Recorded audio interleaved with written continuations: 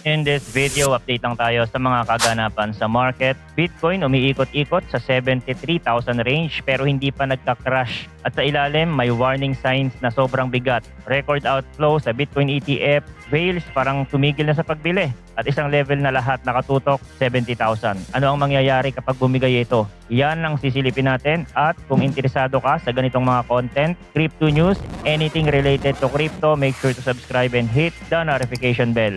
Simulan natin sa pinakamalakas na signal, yung Bitcoin ETF sa US. Nagdurugo sa pinakamahabang outflow streak nila mula nung na-launch. 9 straight sessions na may net outflow at umabot na sa around $2.84 billion ang total na lumabas. Hindi ito simpleng one bad day, 9 days na tuloy-tuloy. Ibig sabihin may pattern. At kapag ganito kahaba ang streak, usually sinasabi nito na humihina ang institutional demand sa Bitcoin exposure through ETF. Ang ibig sabihin nito, posibleng merong nagre-reposition at nagbabawas ng risk. Ang mas nakakagulat kahit na mas malaki yung total loss noong ibang sell-off, yung current streak na ito ang pinakamahaba. At sa loob nitong 9 days, may isang fund na sobrang laki ang share sa selling, yung biggest spot Bitcoin ETF by asset. Umabot sa around $2.4 billion ang cumulative outflow niya sa period na ito. May isang araw pa na halos $527.8 million ang lumabas at isa na yon sa pinakamalalaking daily outflows sa history niya.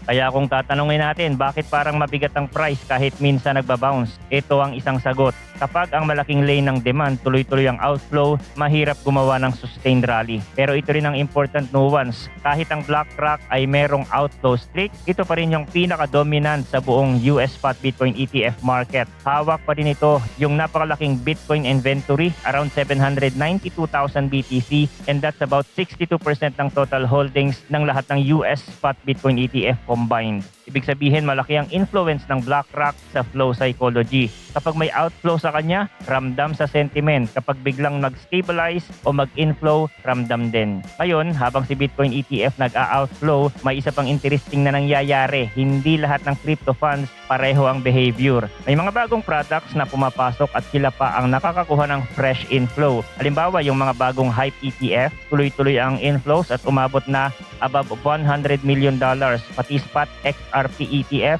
may steady gains din, roughly $120 million net additions sa period. Anong ibig sabihin nito? Hindi ito crypto is dead. Ang ibig sabihin, nag-shift ang preference. May investors na lumalayo muna kay Bitcoin at Ethereum ETF pero naghahanap ng ibang exposure sa mas bagong narrative. Parang rotation of attention at rotation of products. Pero take note, hindi lang Bitcoin ETF ang nasa pressure, pati US spot Ethereum ETF, mas malala pa ang consistency ng outflow. 13 consecutive days na outflow at cumulative losses around $694 million.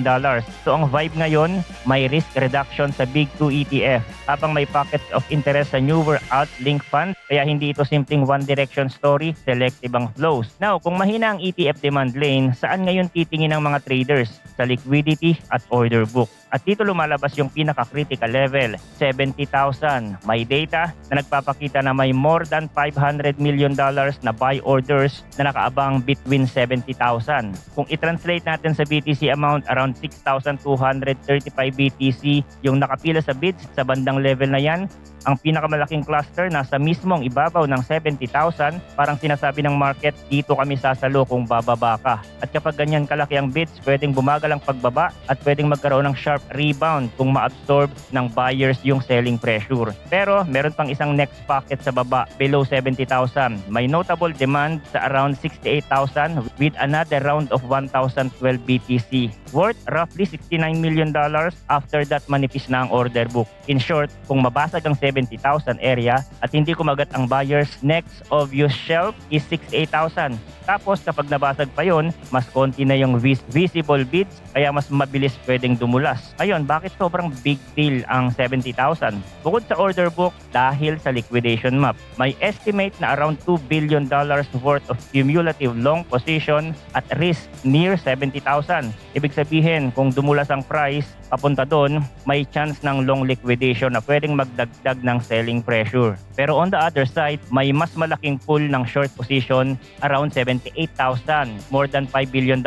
So ang picture, kapag tinamaan ni Bitcoin ng Bit Cluster near 70,000 at nag-bounce, pwedeng mag-trigger ng move pataas towards those overhead liquidation zones. So pwedeng maging slingshot ang 70,000, pababa muna, flush, tapos bounce, tapos mapipilitin ng short mag-cover sa taas. Pero syempre, hindi naman natin pwedeng sabihin na automatic yan kasi may bearish signal din sa trend. Yung daily trend, naging bearish pagkatapos mawala ang support sa 75,000. Ngayon, nasa descending channel si Bitcoin at tinetest yung support band around 72 to 73,000. Tapos yung RSI bumaba sa around 33, lowest in about 3 months. Kapag RSI low at below 50 for a while, usually sign yan na sellers pa rin ang may control sa short term. May isa pang practical na level na lumabas sa analysis, yung 74,500. 75,500 naging resistance na ngayon across multiple time frames, meaning kahit umakyat si Bitcoin, may supply at selling pressure sa zone na yan. Kung ma-reject ulit doon, babalik ulit ang focus sa lower areas like 71,000 then 70,000. Pero kung mabasag naman, ang chance resistant area ay near 76,000. Pwedeng ma-challenge yung downtrend. So ang short-term game ngayon, parang dalawang pader. Resistance sa mid-74 to mid-75 at support fights below 70 to 68. Ngayon, dito papasok yung options market kasi ito yung madalas hindi napapansin ng retail. May nakita na traders spent nearly $10 million sa put options with 70,000 strike. Meaning maraming naghe-hedge na baka bumaba pa sa 70,000. Put options, kumikita siya kapag bumabagsak ang price. Kaya ginagamit siya as protection. May note pa na may easing sa protection demand habang may ibang nagla-lock in ng profits. Pero yung concentration ng hedge sa 70,000 tells you lahat nakatutok sa level na yan.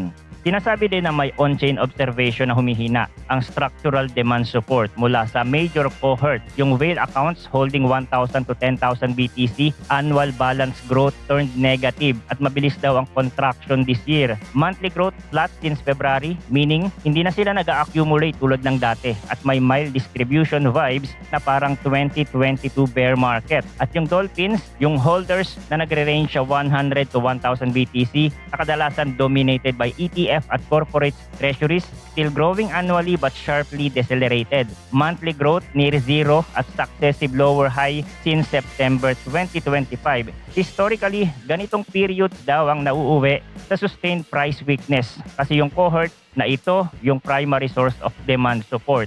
Ito yung malaking problema sa market ngayon. Kung yung groups na historically sumasalo, humihina ang buying phase nila, mas nahihirapan si Bitcoin gumawa ng sustained uptrend. Pwedeng mag-bounce, yes, pero pwedeng maging range bound at choppy dahil kulang ang fresh demand. May isa pang detail na sobrang interesting. Long-term holder supply umabot sa record na 15.8 million BTC. Sa unang tingin parang bullish kasi wow, marami ang long-term holders. Pero sa framing na ito, bearish configuration daw siya dahil pwede itong mag-signal na walang bagong entrants, meaning maraming coins ang tumatanda at napupunta sa long-term category pero hindi ibig sabihin dumadami ang new buyers. Kapag walang new entrants, mahirap mag-push ng price higher ng tuloy-tuloy. Dagdag pa, may note na noong pullback mula October peak, yung proportion of supply in unrealized loss once approached 50%, pinakamataas since bottom ng 2022 bear market. At kapag minap daw sa on-chain realized price, may absolute bottom territory around 40 to 45,000.